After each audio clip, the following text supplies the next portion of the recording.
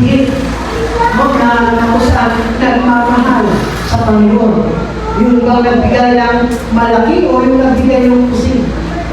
Alam niyo kasi nalulugan ng Panginoon yung nagbigay ng kusing kasi alam niyo yung lang yung kanyang ikabubuhay.